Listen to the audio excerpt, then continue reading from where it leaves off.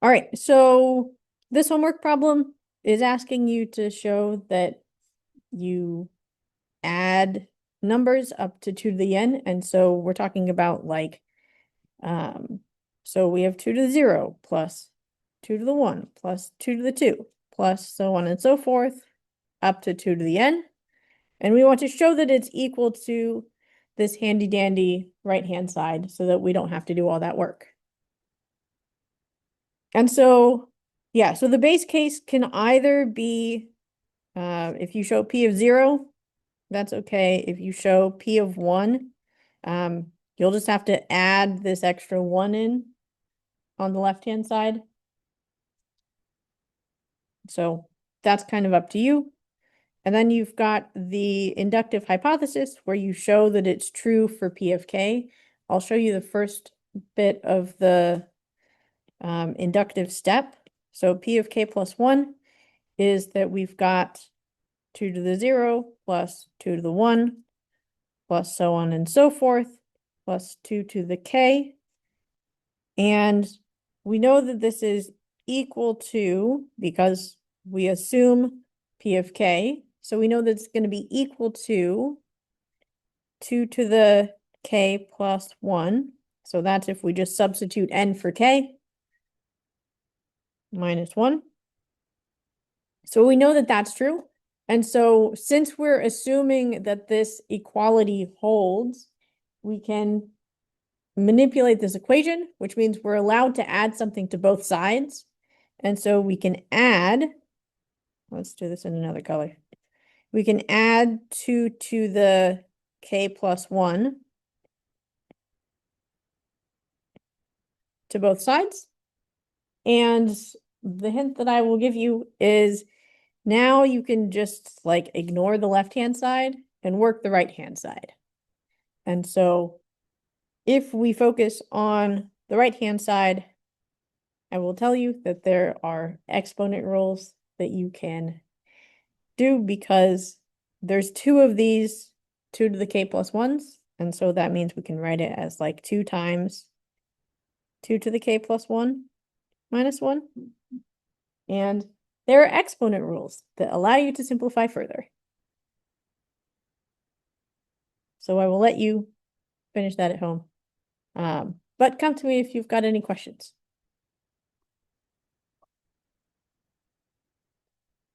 All right. Let's look at my cheat sheet. The other thing I wanted to do today, which I don't think we'll have time for, do you guys remember the coin problem that we did, or that some of you did on the very first day of class? That's an induction problem. So like if you stare at it for a while of like there are 37 coins on the table, you can take between 1 and 4 at each time. Who should go first? That's an induction problem.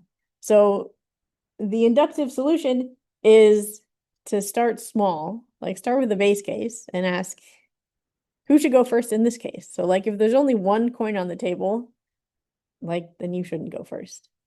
Or yeah, because the person who takes the last coin loses. So now that we've learned induction, we can solve problems like that, where we break it down into smaller and smaller pieces, or from induction point of view, we start small and build up.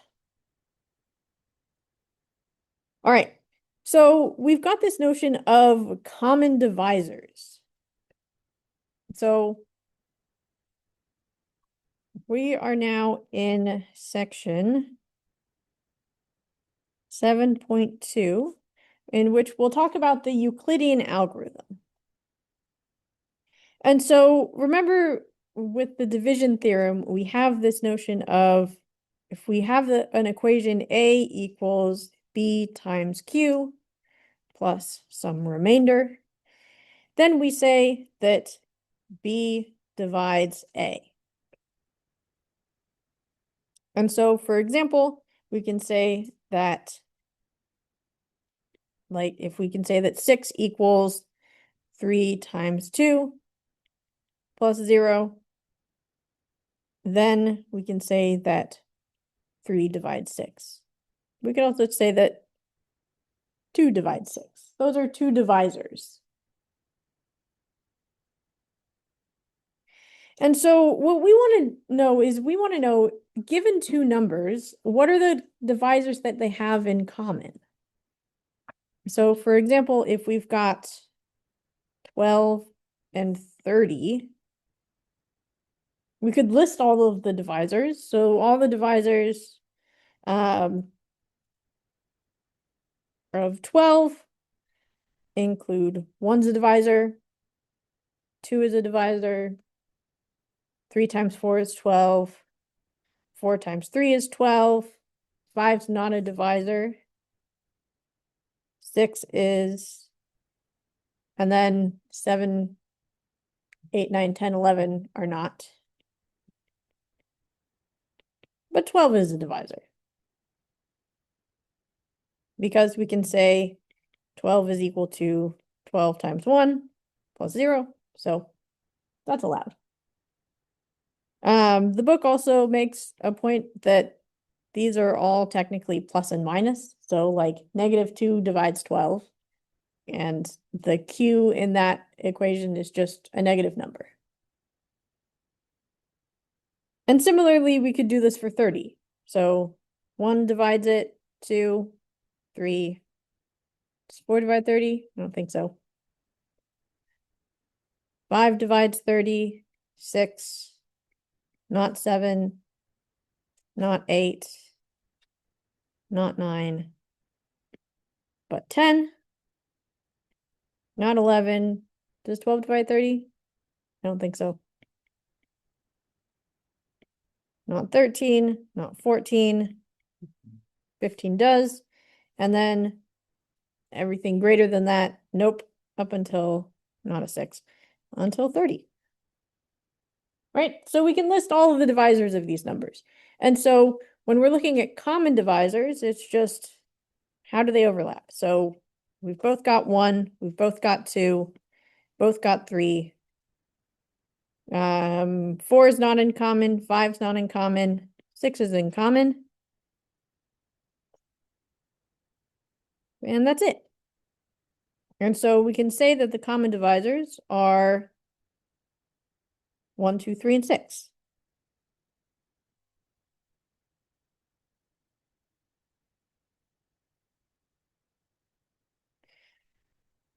And so I would like you to find what are the common divisors between 0 and 8, and what are the common divisors between 14 and 15. Talk with your neighbor. Go for it. Yeah.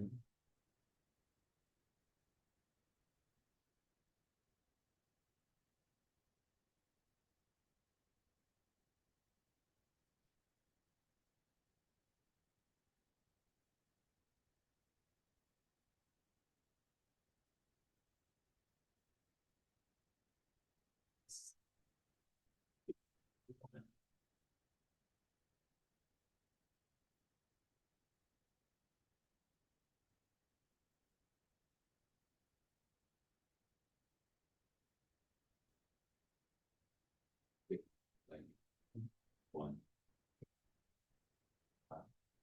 Think of it.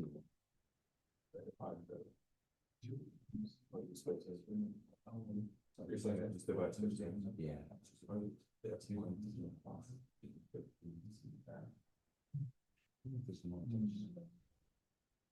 14 is like 2, 7, 5, 14. Yeah.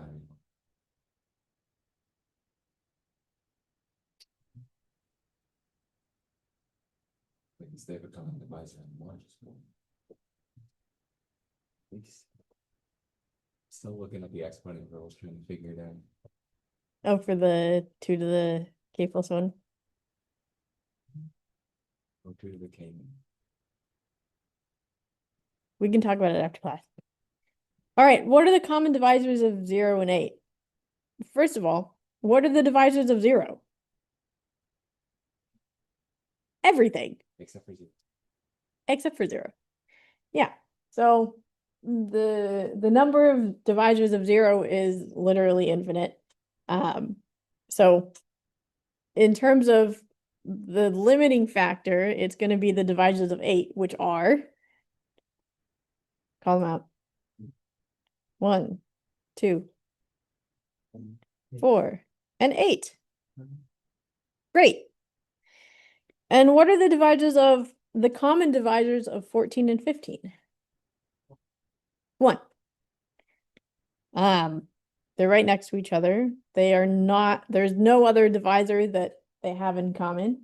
When this happens, if this happens where A and B, the common divisors are 1, then this is called relatively prime, where these two numbers don't have any other divisor in common, and so we call them relatively prime.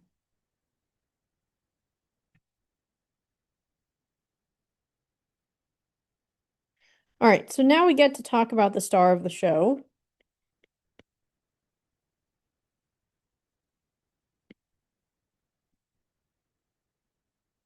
The greatest common divisor. And so the book's got kind of two definitions for this. So one of which is, I think, the more intuitive, which is the notion of that of all the common divisors, one of them is going to be the biggest.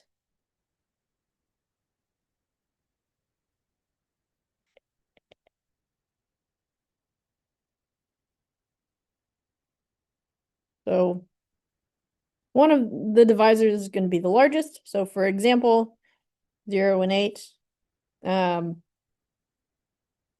largest, I think, not including, well,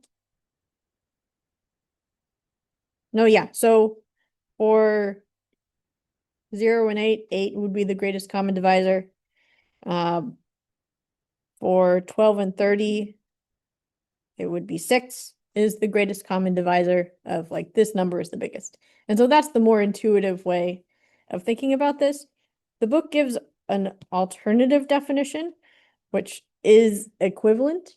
And so if we're looking for the greatest common divisor, let's just call them two numbers, A and B, then the GCD, so this is what we will use as shorthand, greatest common divisor, GCD, of A and B is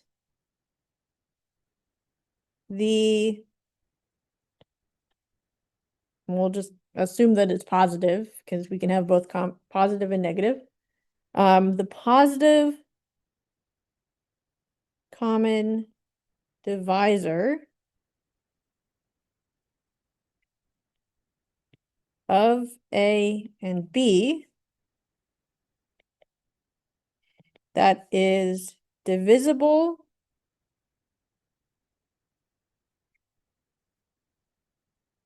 by each of their common divisors.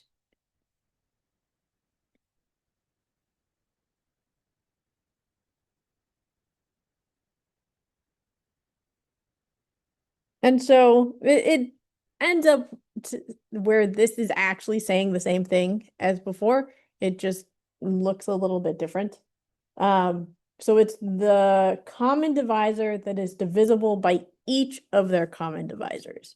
And so if we look at like 8, this becomes like a recursive definition where 8 is divisible by 4 and 2 and 1.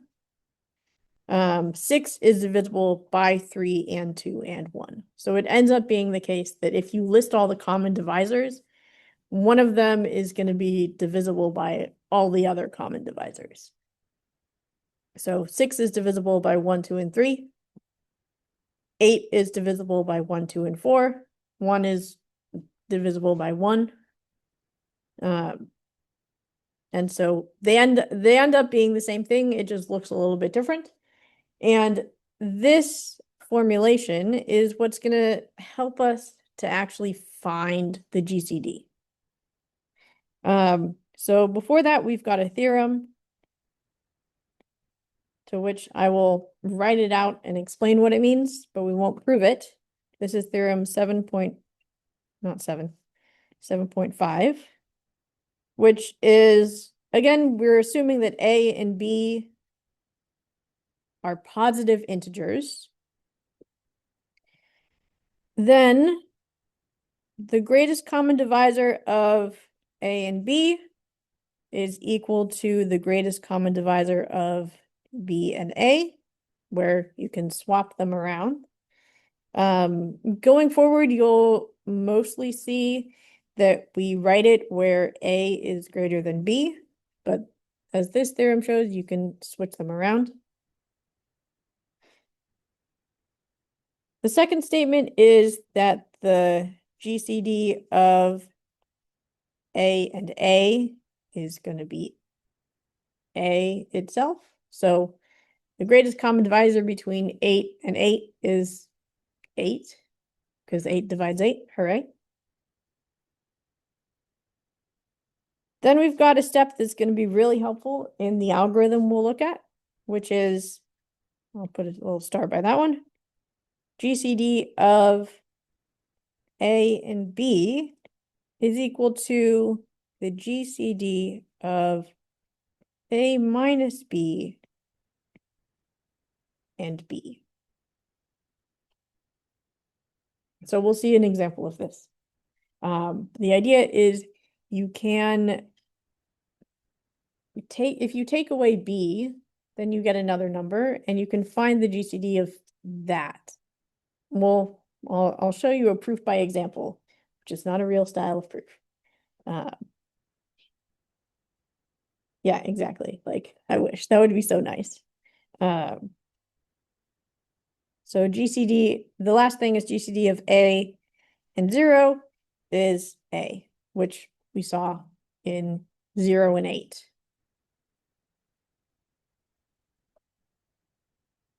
All right.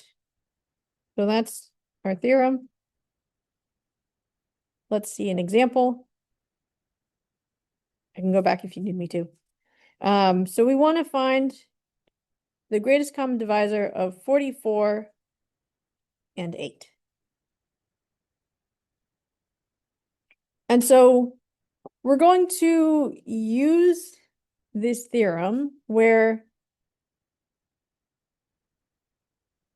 let's look at the GCD of 44 minus 8, which is 36. So the GCD of 36 and 8, I'm not sure about that yet, but the GCD of 36 minus 8 is 28, thank you, and 8. And this is also going to give us the GCD of 20 and 8, 12 and 8, and then 12 minus 8 is 4 and 8. And then we can swap them around. 8 and 4. And then we get 4 and 4. And we know that the GCD of two numbers that are the same is going to be 4. And so at each step, we've got that these are equivalent. And the reason for this is that we can write 44 and 8 as this equation where 44 is going to be 8 times 5 plus 4, where we do this subtraction 1, 2, 3, 4, 5. We do the subtraction 5 times before we end up just with 4. And so this kind of way that we write it is going to be the key. Where can we write this number as, like, in the division theorem with some remainder? And so can we write 44 as being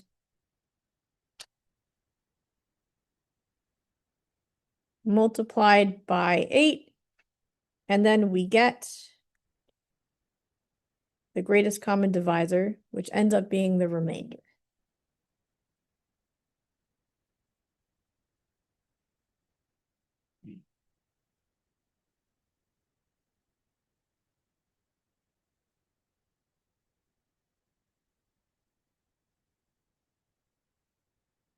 All right.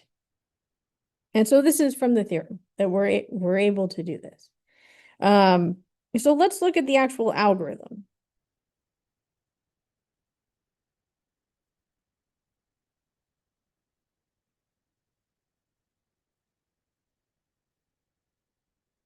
So this is called the Euclidean algorithm because a guy named Euclid wrote it.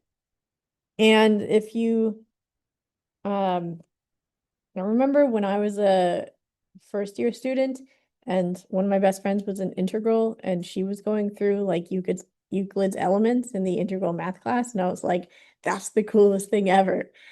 Why did I not know that I would be a math major? I have no idea. I thought I was going to be an English major. So this guy named Euclid wrote all these propositions and he came up with this algorithm for the greatest common divisor. And so the idea is we've got certain steps and so if we can match a condition in each of the steps, then we'll stop. But if we don't match it, then we keep going. And so the first step is, so the goal for us is to find the GCD of two numbers, A and B. And I think we can assume at each step that we can write it as A is greater than B. And so at the first step, we use the division theorem to write it as A is equal to Q1 times B plus R1. So we write our two numbers in this form. If R1 is 0, then we're done. And if we assume that we're looking for some number D for divisor as the greatest common divisor, and then we can set D is equal to B itself. So like if we have 8 and 2, then 2 clearly divides 8 and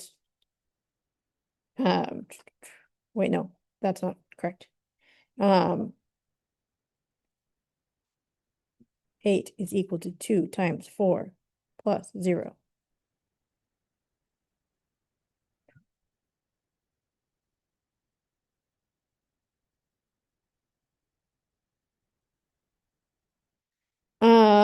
I think I've missed a step.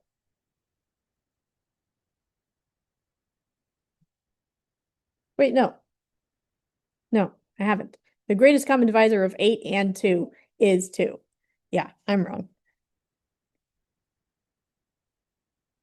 So yeah. So if the remainder is 0, then one of the two numbers is the divisor, so we don't need to do anything else. If not, we keep going, where we're going to look at the remainder and B, and we're going to kind of shift this equation around. So it's going to be, we're going to write B is equal to some number times, we're going to shift R1 over, and we're going to add R2 at the end of it.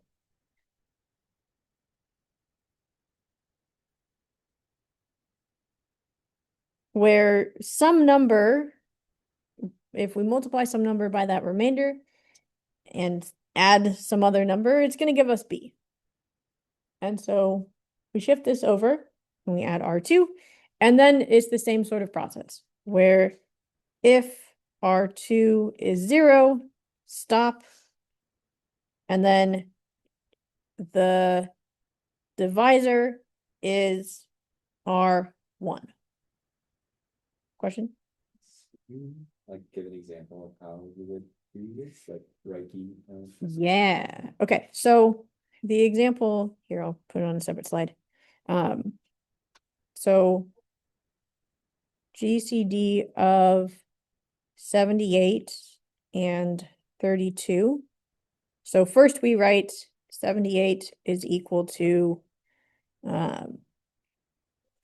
so like if we do 78 and 32, 32 twice is 64. So it's it, but it's not 96. And so it's 2 times 32, and the remainder, I'll take it from the book, is 14. So we can write 78 as this format using the division theorem. And so we ask, is the remainder 0? No. So we have to have the next step. And so this is step 1. Step 2 is to write 32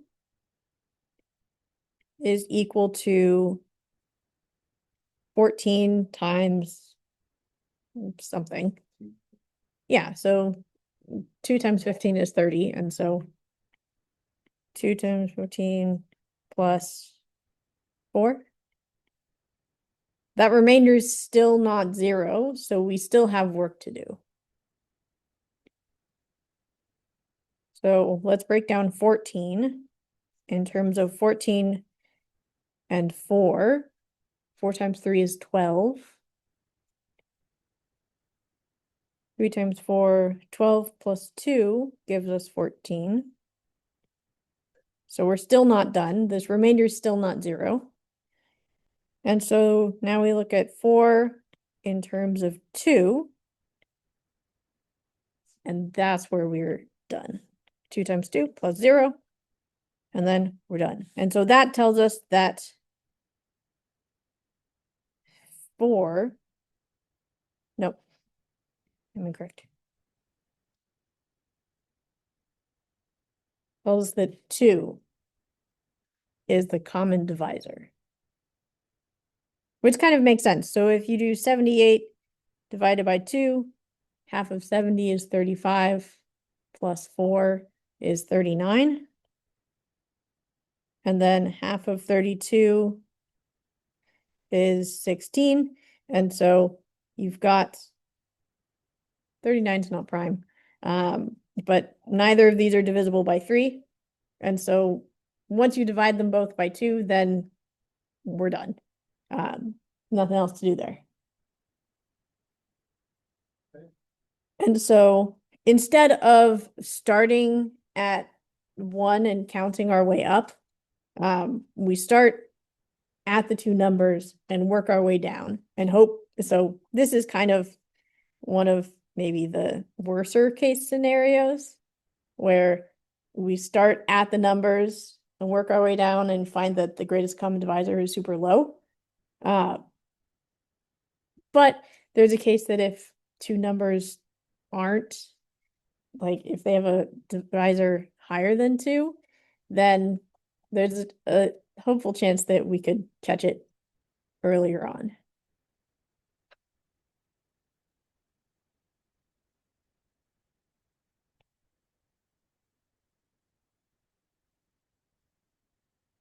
And so let's say this goes for n steps until r of, what is this? N minus 1 or n.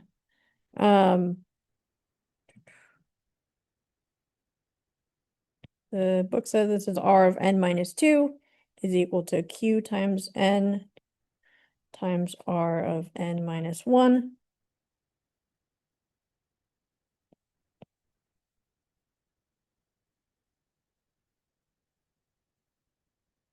And so these subscripts are just to say we've done all these steps in the equation and we get to a point where we find the remainder is 0.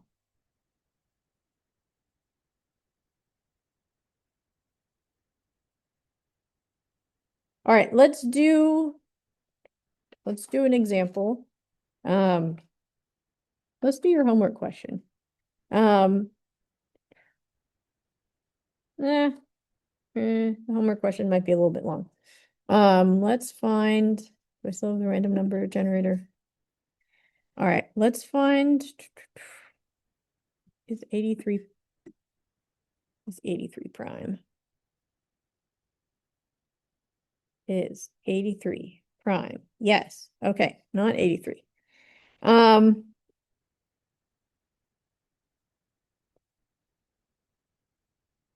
Let's do 90 and 18.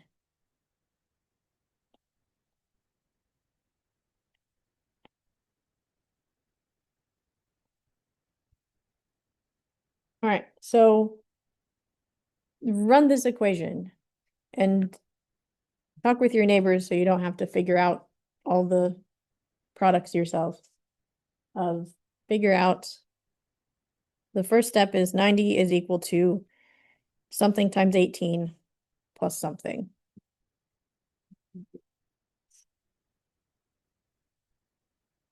And to be fair, I picked these numbers out of a random number generator, so it may be more involved than I planned.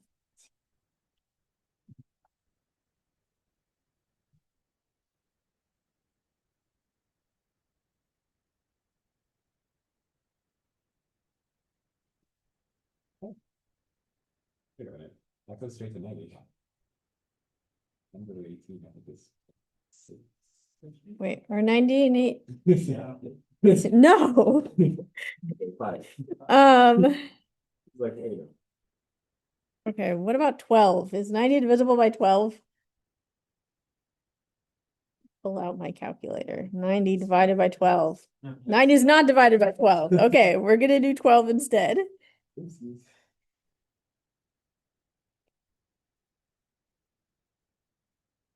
Okay, 90 divided by 18 is 5. So that's the first case of the theorem.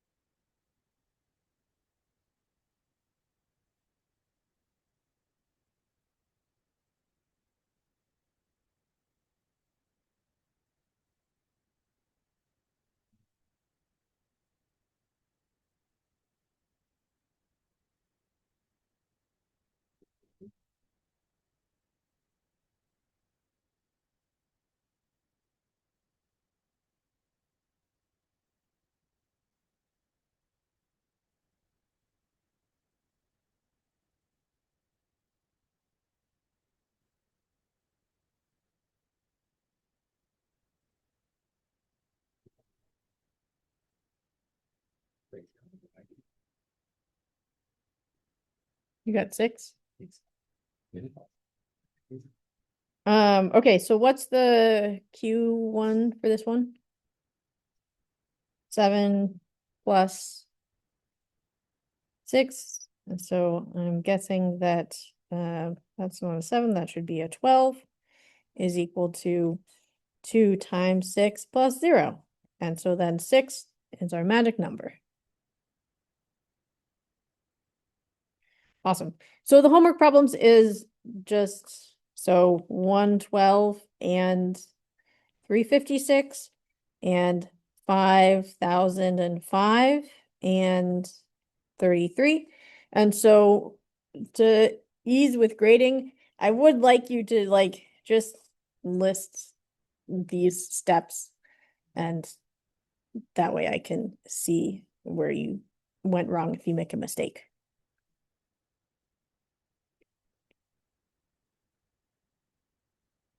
And so this is not for this week, but it's for the following homework.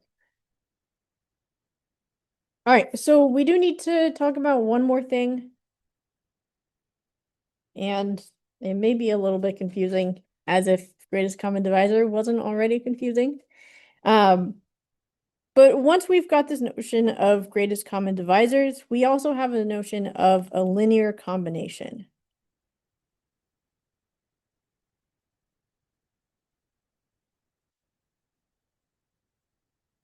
And so if we can write a number, what do we call it?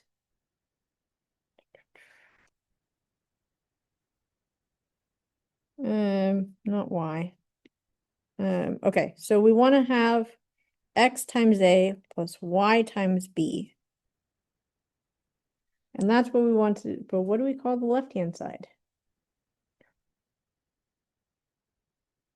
Okay. The book doesn't say.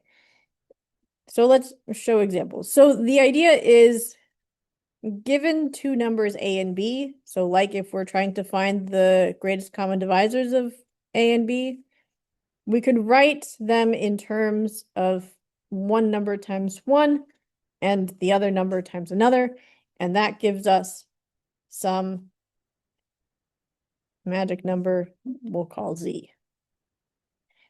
And so, for example, let's look at 388. This is a linear combination of the numbers 44 and 20,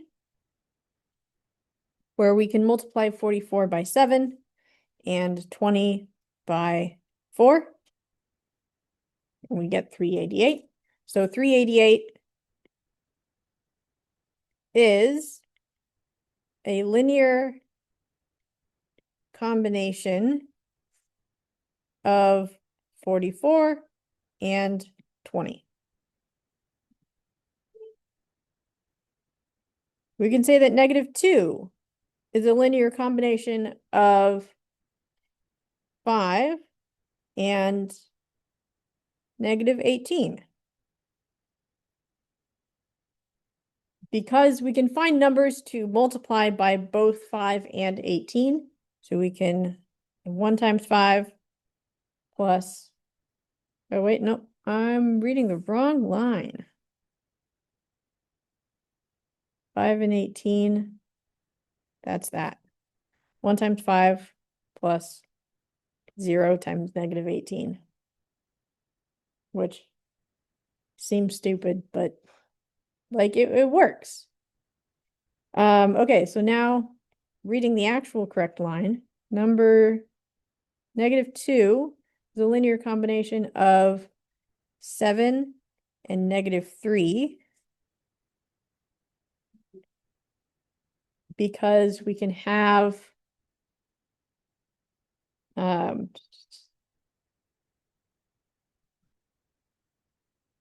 yeah, this one is fun. 4 times 7 plus 10 times -3. And there's a ton of, so like there's multiple options that we can use for this, which is why a linear combination is a little bit confusing. But here's why it matters. So if we're trying to find the linear combination of A and B, and there's some number of numbers that works for this, we want to write it as a set of linear combination of A and B is equal to the set of numbers of the form x times A plus y times B, given that x and y are integers. And so, for example, for these guys, -2 is in the set of linear combinations of 7 and 10. Or 5 is in the set of linear combinations of 5 and -18. Or 388 is in the set of linear combinations of 44 and 20, right? So this number, given the number over here on the left-hand side, we can multiply it by some integers of 44 and 20 and get 388.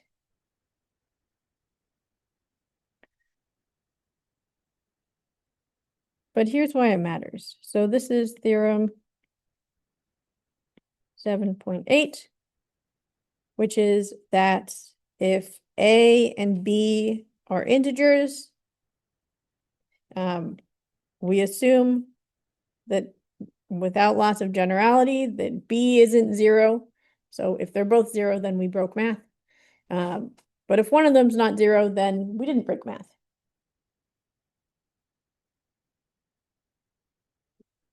And then we say that let's just find the greatest common divisor of the two of them and let it be the number D.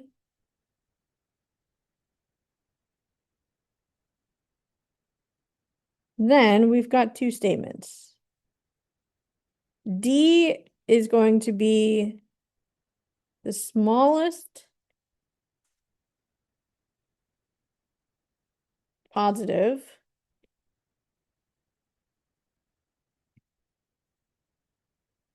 linear combination of A and B, and we can say what this linear combination set looks like. So it's not magic or infinite. Like, we don't have to bang our heads against the wall. We can see that the set of linear combinations of A and B is, so 0 is obviously in that set, because if we chose like 9999 and 1, 2, 3, 4, and we wanted to show that 0 is in the set of linear combinations, that's easy. We just multiply both of them by 0. So 0 is in there, but so is D, and so is negative D, where if the greatest common divisor of 14 and 15 is 1, then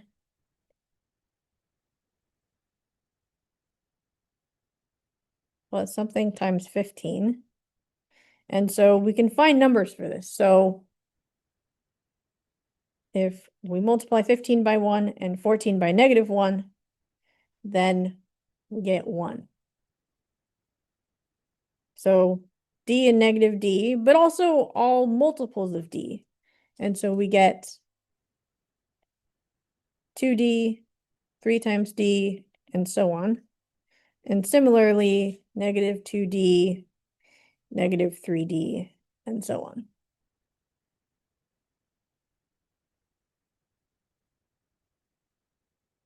And so we'll skip the proof. We'll skip the corollary. We might come back to the theorem 7.10 later if it becomes relevant. But we need to know linear combinations before going forward. So the idea is that we studied division. We know what primes are. We can talk about the greatest common divisor because it's a cool algorithm. But the greatest common divisor gives us this idea of linear combinations, and that's going to help us move forward to the next part of the story. All right. Homework is due on Friday. I will put in the grades for homework 4 shortly. Fingers crossed. Homework 3 should be back to you. If I have not given you back your homework, come talk to me, and I will see you on Friday.